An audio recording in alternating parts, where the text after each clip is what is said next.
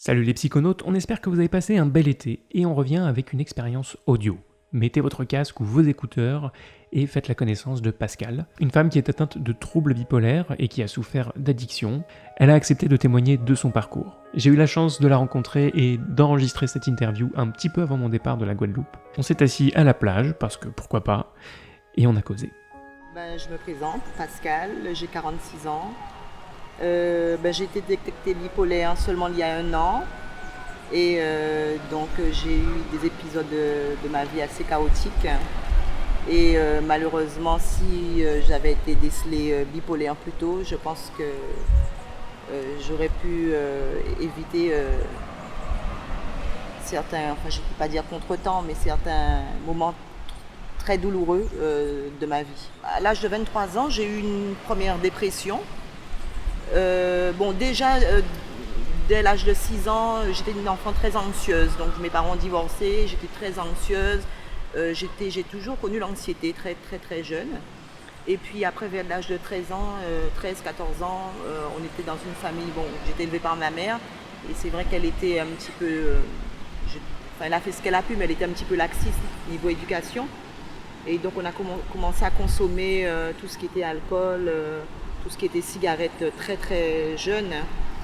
Et à partir de là, j'ai commencé à avoir une métamorphose, à me libérer un petit peu, à 14 ans, à 15 ans, fumer du cannabis et connaître des périodes d'euphorie, commencer à connaître des périodes d'euphorie très tôt, des périodes de speed. Tout le monde me disait que j'étais speed, que je fatiguais, que j'étais plein d'énergie. Et des périodes où j'étais carrément amorphe, où j'avais pas de pêche, voilà. Et à l'âge de 23 ans, donc j'ai eu ma première dépression. Et là, j'ai été sous antidépresseurs. À cette époque-là, c'était l'équivalent du... Enfin, c'était la pilule un petit peu du bonheur, le Zoloft, un petit peu comme le Prozac. Et je pense que c'est à partir de là où ça s'est accentué, tout ce qui était manie. Donc, des phases de surexcitation, des phases de... J'arrivais à gérer plusieurs choses à la fois, avoir des pensées, plusieurs pensées qui se bousculaient dans la tête. J'avais du mal à me concentrer sur une chose. J'étais capable de faire pas mal de choses. Donc d'un côté c'était bien pour les employeurs, mais d'un autre côté c'était pas toujours bien parce que j'avais aussi le langage un petit peu virulent. Et parallèlement à ça s'accompagnait des périodes de dépression, même des envies de suicide. Voilà. Donc de l'âge de 23 ans à l'âge de 45 ans, j'ai changé sans cesse de cabinet de psychiatrie. J'ai fait des thérapies de groupe, des thérapies individuelles. Je suis passée des anxiolytiques en grande quantité aux antidépresseurs. Il y a un régulateur d'humeur qui a été introduit dans mon traitement seulement en 2015. Et je mets avec un antidépresseur, donc je n'ai pas eu de résultats. Et il a fallu que j'ai un gros problème au niveau professionnel, où je me suis laissée emporter et j'ai été licenciée et donc j'ai pété un plomb, comme on dit. Et donc ma fille, parallèlement à ça, a été accompagnée à la maison de l'adolescent parce qu'elle avait des problèmes. Et quand le pédopsychiatre m'a vue, elle m'a conseillé de me rendre au CMP de ma commune. Et de là, on a déduit que j'étais effectivement bipolaire. Mais j'avais toujours les commentaires des amis, même de ma mère, c'était ce qui est bien avec toi, c'est que tu sais que tu as des dépressions, mais tu arrives toujours à te relever, mais avec une force pas possible. Et c'était ça ma faculté. Ma faculté aussi, arriver à bouger, à arriver à réaliser pas mal de choses, mais aussi à aller vers tout ce qui était danger, excès de vitesse, beaucoup d'addiction.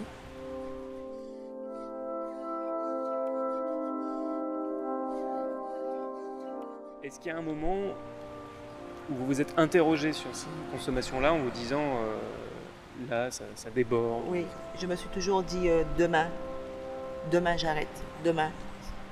On se dit toujours c'est la dernière, enfin moi à mon niveau, c'est la dernière fois, demain. Quand je suis venue vous voir, je ne sais pas si je vous ai dit tout de suite pour la codéine. Je crois que je vous l'ai dit après. Parce que j'étais pas... Je vous ai dit pour le cannabis, je vous ai dit pour l'alcool, mais je ne vous avais pas dit pour la codéine. Et ça a été très très dur parce que j'avais même honte d'aller dans les pharmacies. Vous imaginez une boîte par là, les pharmaciens ne sont pas bêtes, les employés ne sont pas bêtes, ils savent très bien que bon, on n'a pas des maux de tête à longueur de journée. Voilà, la Guadeloupe est petite. Donc j'avais de la chance et sans avoir de la chance d'être commerciale, donc je pouvais changer régulièrement de pharmacie, mais même ingurgiter comme ça des médicaments. Et c'est vrai que ça a été une libération quand je voulais annoncer. Et je me souviens, vous m'avez demandé est-ce que je voulais de l'aide, est-ce que je voulais un substitut pour pouvoir arrêter. Et je me suis dit non, j'ai arrêté la cocaïne toute seule, après une année où j'étais quand même à 1 gramme par jour, des fois même plus. Donc il fallait que j'arrive à arrêter. Et c'est vrai que la première semaine, les 15 premiers jours sont très durs. Il faut beaucoup de volonté, mais c'est vrai qu'avec la spiritualité, moi ça m'a beaucoup aidé. D'accord. Vous pouvez nous en dire plus, justement? Quelle aide vous avez trouvée dans la spiritualité? Je suis très croyante. Alors, et je sais que le Seigneur m'a mis sur la terre pour une mission et j'ai la chance d'être vivante, j'ai pas le droit de me détruire. Donc voilà, comme je vous dis, ça m'empêche pas des fois de continuer. On a quand même droit de prendre une bière, mais bon, je sais que c'est pas autorisé avec ma médication de boire en punch. Bon, ça m'arrive encore, mais je ne mettrai pas ma main au feu parce qu'on ne sait jamais de quoi, ce que nous réserve l'avenir. Mais vu ma croyance et le respect que j'ai vis-à-vis du Seigneur, je pense que je ne toucherai plus à la cocaïne et aux drogues fortes, quoi. Oui, comme une manière de lui rendre hommage en faisant l'effort un respect, une crainte, la crainte peut-être peut-être la crainte de retomber parce que je suis tombée bien bas à plusieurs reprises et j'ai pas envie d'arriver à ce stade-là.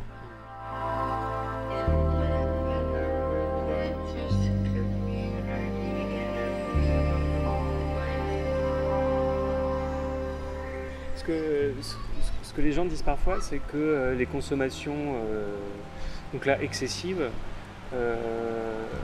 c'est en quelque sorte une tentative de juguler ça. Comme si lorsque ça débordait, on consommait plus d'alcool ou plus de ceci ou de cela pour essayer de faire en sorte que ça diminue un petit peu. Est-ce que c'est le cas pour vous? Oui, mais on a l'impression que ça diminue, mais en fin de compte, on se rend compte qu'on n'a pas de limite. Et je ne sais pas si ça a diminué vraiment mon état parce que même je ne sais pas si j'étais saoule vraiment, même quand je buvais énormément. Je ne sais pas si j'arrivais ou même quand j'étais saoule, j'arrivais toujours à gérer, j'arrivais toujours à conduire. D'ailleurs, je me dis comment j'ai fait pour ne pas avoir d'accident. J'arrivais toujours à aller travailler, alcoolisée. Le matin, au réveil, c'était le café et le joint. Je ne pouvais pas aller travailler sans cannabis.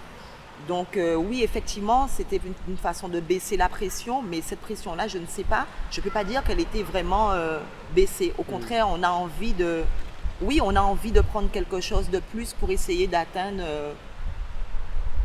ça dépendait.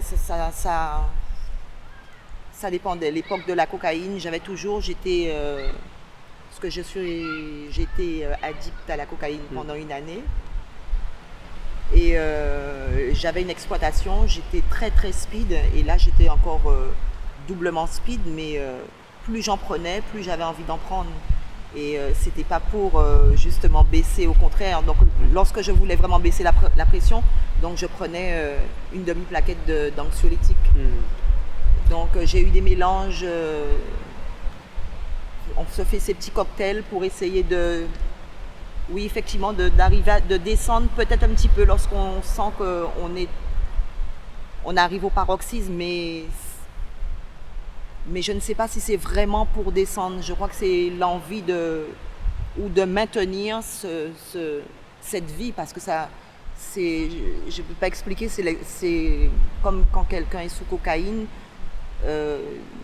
C'est pas bien dire parce que je n'ai plus touché depuis des années à la cocaïne, mais c'est un sentiment de bien-être, on a l'impression d'être fort, on a l'impression de tout gérer, de tout maîtriser, on n'a pas de peur, on est fort, on est puissant. Et c'est ce qu'on a toujours envie. Enfin, moi, en période de manie, c'est ce que j'aimais et ce que j'essayais de toujours avoir, quoi. Oui. C'est-à-dire, pour les gens qui ne connaissent pas, qui ne savent pas trop ce que c'est que le trouble bipolaire ou les états maniaques, certains seraient peut-être même tentés de se dire mais en fait c'est génial, l'état maniaque, on déborde d'énergie, on n'a pas besoin de dormir, on a plein d'idées. Qu'est-ce que vous pourriez dire à ces personnes-là qui pensent que finalement ça a l'air pas si mal comme état? Ça a l'air pas si mal, mais ça fatigue les autres. On se fatigue parce que je pense que j'ai dû bien fatiguer mon cœur.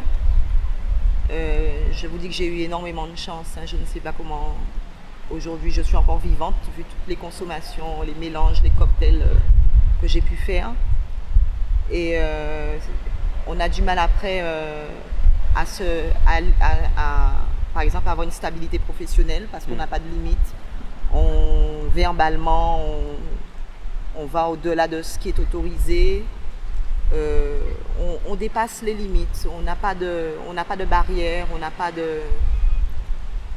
Voilà, c'est un train sans frein, donc ça peut être très très dangereux. Oui. Très dangereux pour soi, parce qu'on est même capable de se tuer, hein, je veux dire en conduisant excessivement sur la route, ou même dans les cas on est peut-être capable aussi d'entraîner les autres dans des situations difficiles. Et on rend les autres malheureux également aussi, parce qu'ils ont du mal à nous suivre, parce qu'ils ne comprennent pas. Et donc je dirais que oui, j'apprécie la manie, mais il faudrait qu'elle arrive à avoir des limites. Et le problème, c'est que lorsqu'on est dans cette phase de bipolarité, qu'on n'est pas soigné, on n'a pas de limites. C'est soit on est complètement au-dessus du niveau et donc on est capable de tout briser, ou soit on est en bas de l'échelle et on est capable de tout perdre aussi.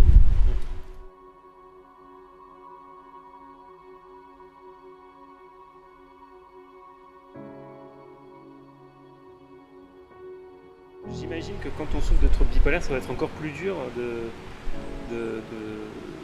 déterminer si nos sautes d'humeur, elles sont normales justement, ou est-ce qu'elles sont le témoin d'un trouble qui n'est pas encore bien stabilisé? Où est-ce que vous placez le curseur? Comment vous faites la différence entre ce qui est normal et ce qui est normal, c'est prendre le temps de faire les choses normalement, enfin, sans bousculade. Mon compagnon me disait, toi tu te trouves pas normal, tant que tu es dans la normalité, tu es pas bien. C'est-à-dire que tant que tu n'es pas essoufflé, tu ne transpires pas, tu n'as pas quelque chose, tu n'es pas en excitation, cette vie pour toi est monotone. Donc c'est ce que j'appelle la normalité, c'est-à-dire par exemple prendre le temps de faire la queue à la banque, d'attendre son tour, des choses qui devraient être faites. Enfin, je pense que quelqu'un qui a un fonctionnement qui n'est pas malade, même si ça l'exaspère, mais pas à ce point-là. Moi, je peux faire une queue de deux, être la deuxième ou la troisième personne, mais je ne pourrais pas attendre, même si j'ai besoin de sous, je ne pourrais pas attendre 5-6 personnes, je ne peux pas être patiente dans un embouteillage. Il y a des choses que je ne peux pas supporter, que je n'ai jamais supportées. Et je pense que je devrais, c'est à la limite, un rendez-vous chez le psy, maintenant j'arrive à attendre. Parce que je sais que c'est nécessaire, que c'est du bien, c'est que du bien qui va y être dégagé, donc... Mais c'est-à-dire c'est la routine en fin de compte, c'est le quotidien. Il n'y a rien d'extraordinaire. Il n'y a pas de... Il n'y a rien, il n'y a pas la petite excitation, il n'y a pas le punch qui me permet de créer quelque chose, de faire 10 choses à la fois, de prendre peut-être 1, 2, 3 ponches, d'être jovial. C'est ça, être au-dessus de 5. Voilà. Vous en parlez encore avec un petit peu de nostalgie. Oui, j'en parlais avec un peu de nostalgie parce que ça fait juste une année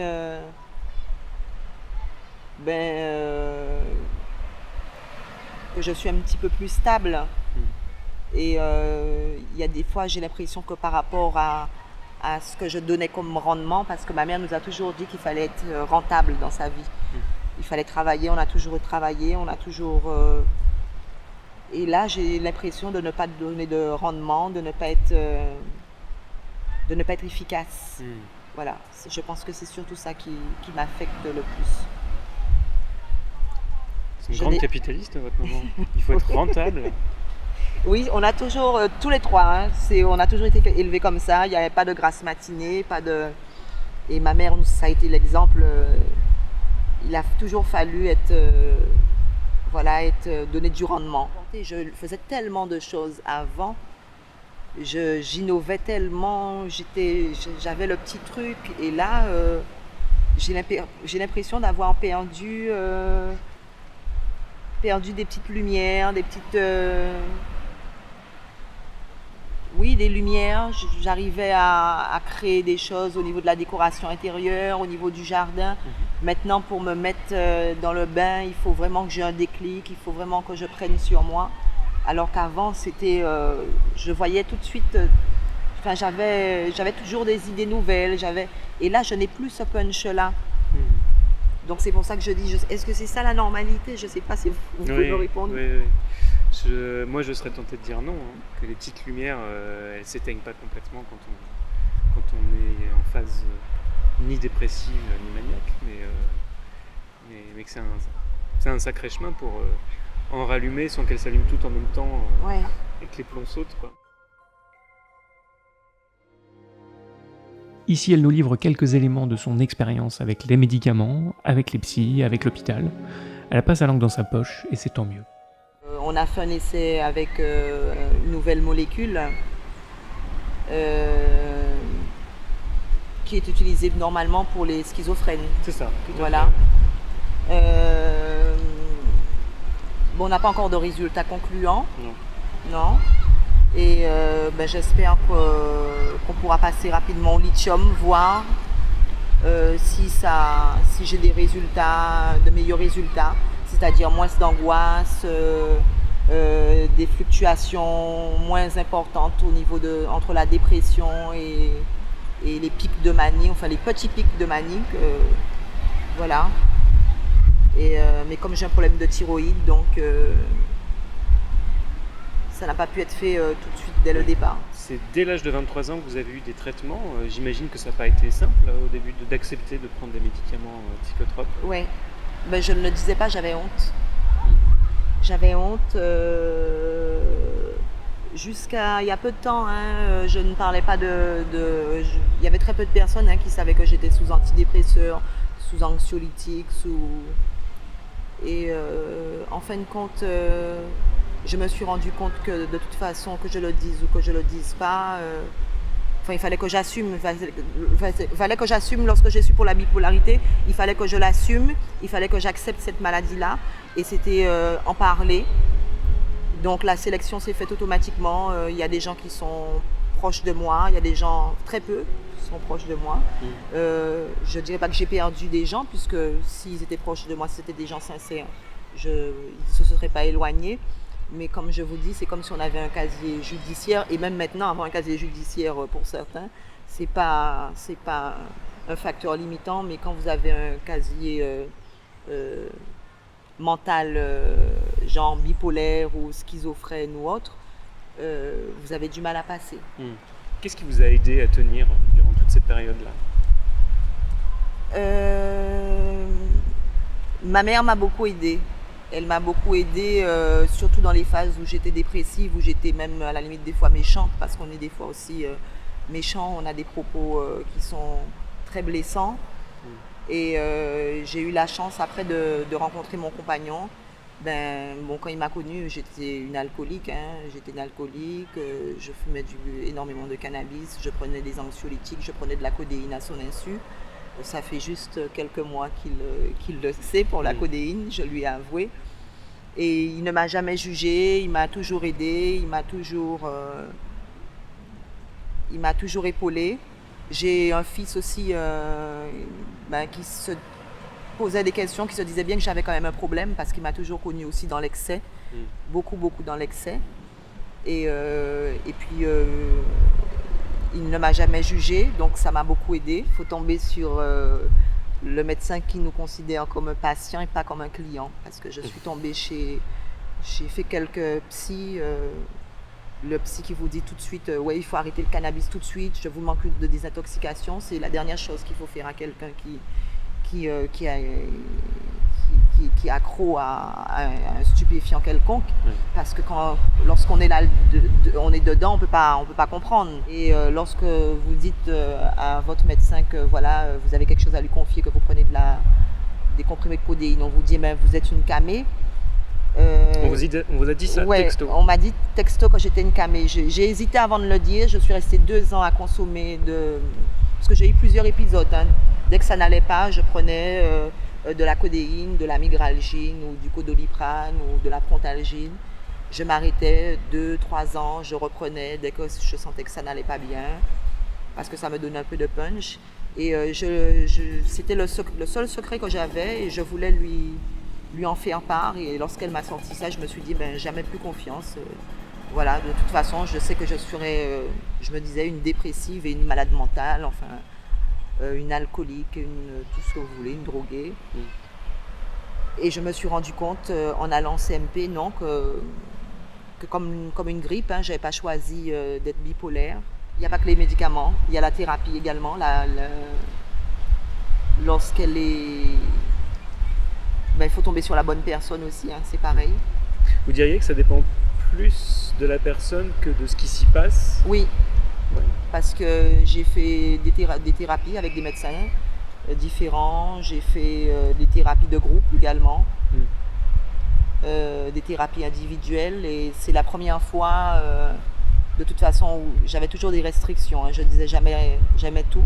Parce que, en plus, j'ai été suivie par un thérapeute, et j'ai appris, j'ai eu une relation avec quelqu'un qui s'est mis après avec une autre personne et qui connaissait très bien ce thérapeute-là, et qui lui a parlé de moi, de mon instabilité. Donc je me suis dit, si autour d'une table, autour d'un repas, on peut parler des patients comme ça, c'est pas la peine que moi il n'y a pas de secret professionnel. C'est pas vrai, ça n'existe pas. C'est illégal.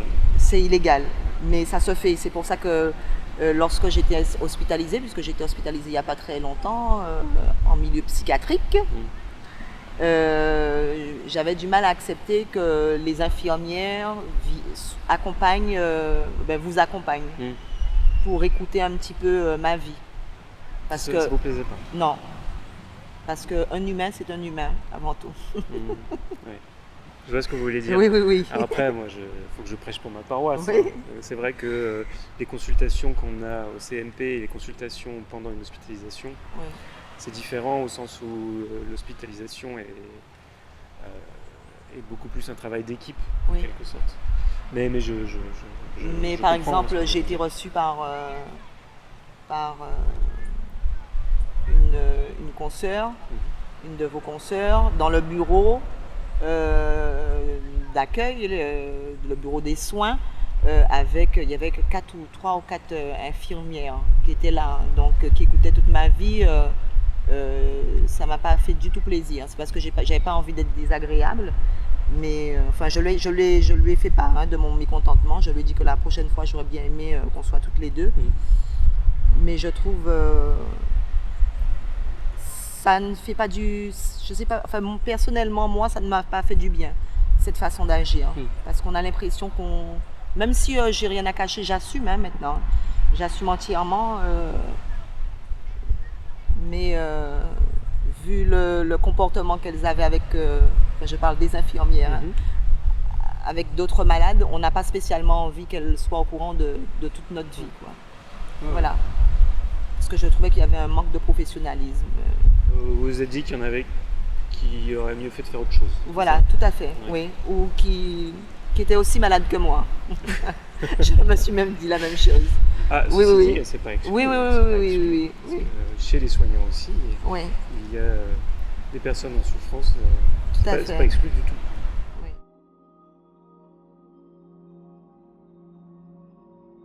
Avant qu'on se quitte, Pascal voulait livrer 3 principaux messages. Le premier adressé aux proches de personnes qui souffrent de troubles bipolaires. Le second aux soignants, et particulièrement aux psys, qui sont en première ligne pour soigner les personnes qui souffrent de troubles bipolaires. Et enfin, au troisième, aux personnes bipolaires, ou aux personnes qui se posent la question de savoir si elles le sont. On commence avec le message adressé aux familles. Je voudrais vraiment interpeller les familles des gens qui sont... C'est très difficile de vivre avec un bipolaire, de vivre avec quelqu'un qui a un excès d'humeur et quelqu'un des fois qui est patraque, qui n'a pas envie de se bouger. Mais si la personne est bien encadrée, bien accompagnée, a beaucoup d'amour, n'est pas critiquée, n'est pas rejetée, surtout par rapport à la médication qu'elle prend. Parce que je veux dire que j'aurais eu quelqu'un de bête qui ne se serait pas informé sur la maladie, parce que tout de suite, mon compagnon, on est allé sur Internet, on a commencé à regarder des émissions, et c'est là où j'ai vu aussi la similitude entre ma personnalité et la personnalité d'autres bipolaires. Hein. On voit un petit peu les mêmes événements qui se reproduisent dans la vie, dans les excès, dans les comportements. Et il faut que les parents aillent s'informer, se renseigner, ne pas juger, et puis encadrer, ne pas les laisser tomber s'ils doivent être hospitalisés. Moi j'ai eu une belle-sœur qui, je l'ai remise à sa place, et le problème c'est que après on ne sait pas trop vous positionner, et elle a sorti, il ne faut pas tout mettre sous le compte de la bipolarité. Ça fait mal aussi. Je crois qu'on est rapidement catalogué. Comme on dit quelque chose, maintenant qu'on sait qu'on est bipolaire, donc c'est parce qu'on est bipolaire qu'on se permet de dire des choses. Or, quelquefois, c'est nécessaire de remettre les pendules à l'heure. Il faut vraiment faire attention à ce qu'on dit, le langage qu'on emploie, les mots qu'on emploie. Les mots font très mal et aggravent les mots. Et maintenant, un petit mot pour les psys. Je voudrais leur dire d'avant tout humain, de sortir un petit peu de leur image de médecin où je sais tout, je comprends tout. Les mieux placés, ce sont déjà les malades, parce que c'est nous qui savons, on peut vous expliquer, et en plus c'est par rapport à nos expériences que vous pouvez évoluer. Tous les cas servent à quelque chose, et donc nous traiter comme des patients et pas nous sous-estimer, pas avoir... Et puis ce regard, quelquefois je vois vos consoeurs qui ont des regards tellement hautains dans la salle d'attente. C'est vrai que lorsqu'on vous voit physiquement, docteur, on ne penserait pas que vous êtes psychiatre. Mais c'est vrai, lorsqu'on voit madame ou monsieur avec la cravate et les talons... Je crois que je vois effectivement où il parle. Je vois tout de suite, on fait la distinction.